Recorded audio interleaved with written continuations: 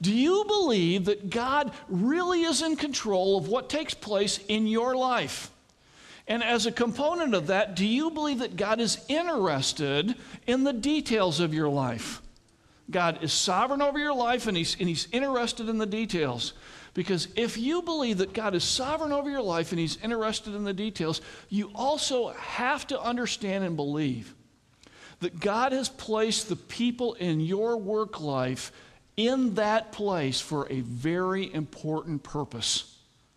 God's placed the people around you for a very important purpose. Now, think about your work life. Who are those people? As you begin to think about it, who do you work with? Who are in your work life? Who are the teachers that you're studying under?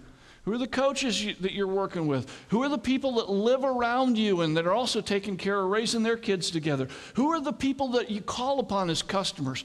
Who are those folks? God, in His sovereignty, has placed those people in your life. Haven't placed them in my life. Hadn't placed them in the other people's lives. He's placed them in your life. Now, as you think about who those people are and the fact that God has placed them in your life, you can think about the possibilities of why they're there.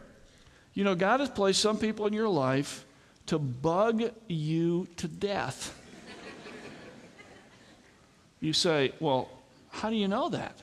Well, James tells us in James chapter 1, consider it all joy whenever you face trials of various kinds, knowing that the testing of your faith produces endurance, and let endurance have its perfect work, that you might be complete, mature, lacking in nothing. In other words, God has sovereignly ordained that there would be people in your life that would create the kind of friction that would force you into dependency on Him, and you just thought they were there to irritate you. God's got those people there. God's got people in your life to teach you things. God's got people in your life to encourage you. God's got people in your life to point you to higher and more noble things. God's got people in your life because God wants you to teach them things. God wants you to help them.